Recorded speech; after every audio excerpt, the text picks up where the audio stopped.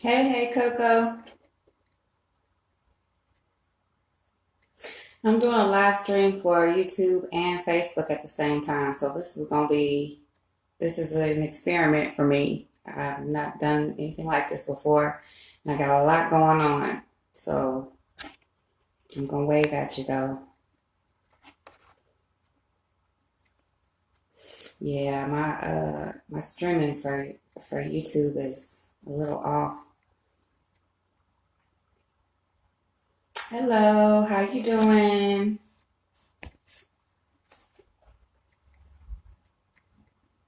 Hi.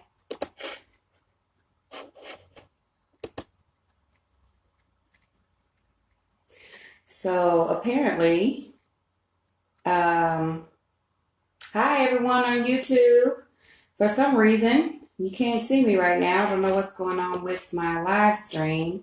I am going to go in here and try to fix it. It says my output is low. So give me just a second here to fix that. Yeah, it's difficult. This is difficult to do too. Thank you. It's difficult to do two live streams at one time. I'm gonna stop streaming on my YouTube and just come back to that later. As y'all can see, I got a green screen in the background because usually that's what I use when I do my lives. I wanted to be able to show y'all, thank you. I wanted to be able to show y'all the video that I've been talking about. I'm fine. I'm fine. Hey, Chandra. Um, for Black History Month. So I'd like for you guys to go over to my YouTube so we can get the YouTube live popping a little better. But I guess we can talk about it here. So my topic for today, because it's Black History Month, I want to know. Thank you, sis. I want to know why we ask the question, "What about Black Wall Street?" Hey, Miss Pamela. So I did a video the other day on YouTube and I got a question. So my solution to our situation as Black folks in our culture is for us to segregate purposely and not necessarily a forced segregation by choice, of course, but start off by building a small community, a small segregated community, and just build from there. I got the idea, of course, from Dr. Umar Johnson, and he specifically said, and I stopped streaming. This thing is, it's acting up on me now. I apologize, y'all. Um, he said we should have a community that has one hospital, one school, one bank, and one grocery store, and just start off from there. And I think that's an excellent idea. And I really think that we could do that if we had a maybe a GoFundMe or something like that. Well, exactly, we don't have any trust, but the main response that I get to that is, well, what about Black Wall Street? That was in 1920. It is 2019. Okay, things are a lot different than they were back then. There was a lot of forced segregation back then. And the point of the forced segregation was to keep us in a, what's the word I want to use? In a segregated state, in a down state, in a state where we couldn't provide for ourselves for whatever reason. They wanted us to be on our own and not have to live with us. So now things are different. You know, I'm not saying that everything is perfect between the Black community and other communities, but I am saying that things are different in terms of us being able to have certain freedoms that we didn't have before. So my only question is, why do we keep throwing that up as a reason why we shouldn't attempt to do that again. Any answers? Because when I did it yesterday, the only comment that I got on that video on YouTube was, "What about Black Wall Street?" What about it? There's been a million Black Wall Streets. Hey, Keisha. So, do you guys think that there's any solution that we have to some of the problems that we face today in our communities? I'm gonna wait.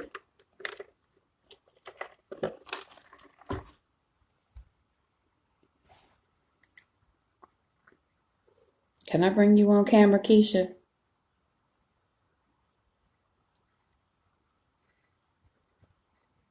Oh my goodness. Yes, the bags under my eyes are real. Between writing this book and doing this YouTube stuff, and I would too. I would love to have just a small community where we have our own hospital, our own school, our own grocery store, maybe a little farm that, gets fresh produce from that gives fresh produce to the grocery store, something like that. And, a little school to send your kids to, and just kind of take it and grow from there, get somebody that maybe can provide a gas station, get somebody that maybe can provide, other resources, and just build the community up from there. We have to have some type of accountability in order for us to stand for ourselves, I believe. Thanks, Chandra. You do too, girl. I was looking at your picture the other day, and you have literally not changed. Like, you look exactly the same. I was like, go ahead, girl.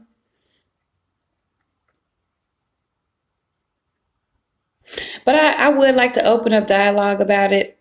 Most people don't like to talk about it. I don't know why. Um, what's the reason behind not wanting to say anything, but it is what it is, I guess.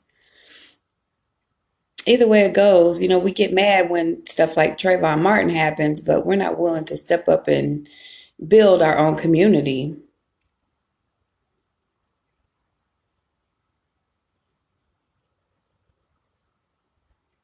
They'd rather go, yep. And I believe that wholeheartedly. My cousin was telling me that he has a friend that lives, I want to say in Ghana, if I'm not mistaken, and they're selling land there to people here.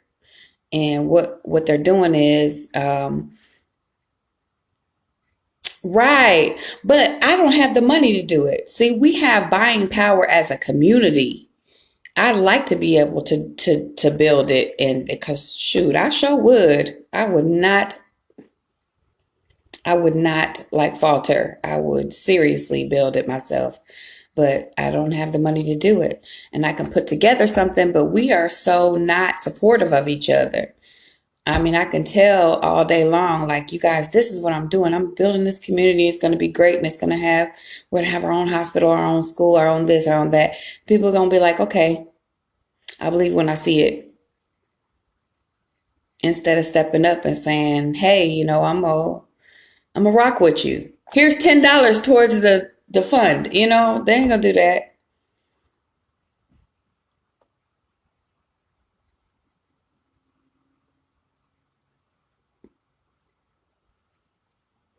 Ooh, these bags under my eyes are so real. Ooh-wee.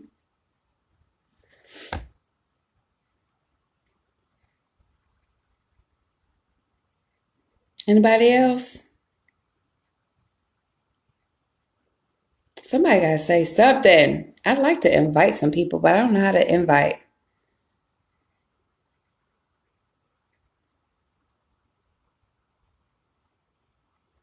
Start pulling in this money together off of being natural. Quit buying perms. Quit getting your nails. Wait a minute. Quit getting your nails done. Learn how to do your own nails. Learn how to do your own hair. Right. Do your thing as if it will be built where, yep. Okay. All right. Hey, Romero. That is definitely a good idea, and that's the whole idea behind the this whole thing. I was saying the other day, I think his name is Killer Mike, as a rapper, and he went and did a 72-hour challenge to himself, and he said, I'm going to go 3 whole days with buying only black, black products, black, food, um, and everything. And he came to a quick realization that, and I think it's on Netflix if I'm not mistaken, but he came to the quick realization that he couldn't do anything. He literally had to sleep on a park bench. There wasn't any, black owned hotels that he could stay at.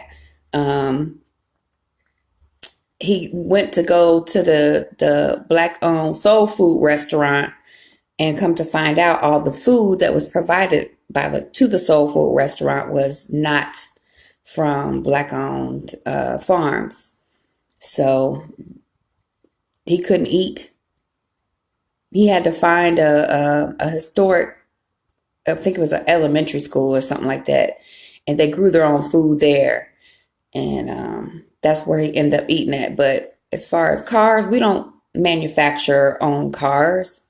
We don't manufacture our own guns. We don't manufacture our own, nothing really, not here in the US. And so we really suffer behind that. And it would be so much easier if we could, start building those things up. But nobody wants to take the time. I want to go get my 9 to 5. I'm gonna go get my degree and be a psychologist, and that's great. But be a psychologist in a black community serving black folks. That's all I'm saying. Hey, Lynn.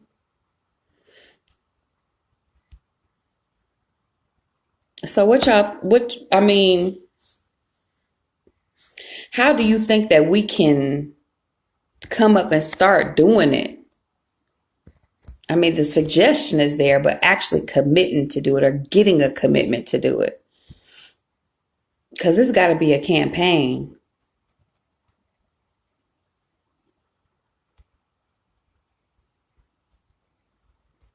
So if you're just joining, we're talking about Black history and kind of having to do with Black Wall Street. And I was saying my idea for us as a community to solve a lot of our issues is to have our own segregated community, like to start our own segregated community. And the number one response that I get to that is, well, what about Black Wall Street? So,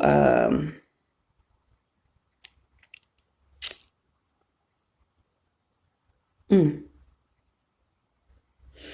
Well, that's really all I had, you guys. I just wanted to see, what you guys thought about it, and maybe leave some comments in the comment section after the video is over, and we can discuss it. Because I'd love to be able to help us to provide solutions for our community instead of just hollering and complaining when something like Trayvon Martin happens. Um, right. See, I love to be able to do that. I'd love to be able to do that. And I'm in Atlanta, and I'm right in the McDonough area. They live somewhere around here. So I don't know. That might be a plausible thing. Um, I'd like to see it happen. Maybe I can do that. Maybe I'll put up a proposal or something and send it to them and see if I can get some kind of response. Because I'd love to be able to get us to participate in building a community of our own that we can be proud of and that we can grow from. So that's all. Take a gander at the video here. Hey, Julie. That's my girl. So, take a gander here, see if maybe we can all come up with something together and build up our rapport with each other enough to come up with a plan to make a better future for ourselves and our kids.